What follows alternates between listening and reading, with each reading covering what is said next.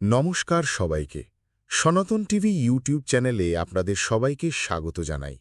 আজকে আমরা জানব জয় বিজয় নামের দুই ভাইয়ের কথা।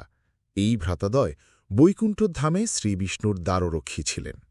মহর্ষি শৌনক নৈমিষারণ্যে দ্বাদশবার্ষিক যজ্ঞ করছিলেন। একদিন সেখানে লোমহর্ষণ মুনির পুত্র পুরাণ কথক সৌতি উপস্থিত হলেন। আশ্রমের মুনি ঋষিরা তাকে অভ্যর্থনা জানালেন এবং পুরাণের বিভিন্ন কাহিনী সম্পর্কে জানতে চাইলেন। তখন সৌতি জয় বিজয়ের কাহিনী বলেছিলেন। ভাগবত পুরাণ, বিষ্ণু পুরাণ প্রমুখ জায়গায় এই কাহিনীর উল্লেখ পাওয়া যায়। তো মূল কাহিনীতে আসি। জয় বিজয় ভ্রাতাদ্বয় বৈকুণ্ঠধামে বিষ্ণুর দ্বাররক্ষক ছিলেন। দ্বাররক্ষাকালে একদিন সনকাদি ঋষিরা বিষ্ণু দর্শনে আসেন।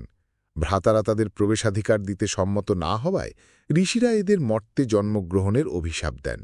কিন্তু পরে এদের অনুনয়ে প্রীতবায় বলেন যে আমাদের শাপ ব্যর্থ হবে না, তবে তোমরা দ্বিবিধ উপায়ে মুক্তি পেতে পারো। প্রথমত, মর্তলোকে ঈশ্বরকে মিত্রভাবে ভজনা করলে 7 জন্মে এবং দ্বিতীয়ত বৈরীভাবে ভজনা করলে 3 জন্মে স্বর্গে স্বস্থানে প্রত্যাবর্তন করবে।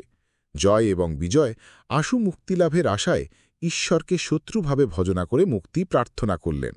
মণিদের শাপে জয় সত্যযুগে হিরণ্যাক্ষ, ত্রেতায় রাবণ ও দাপরে কংসরূপে এবং বিজয় সত্যযুগে হিরণ্যকশিপু, ত্রেতায় কুম্ভকর্ণ ও দাপরে দন্তবক্র রূপে জন্মগ্রহণ করেন।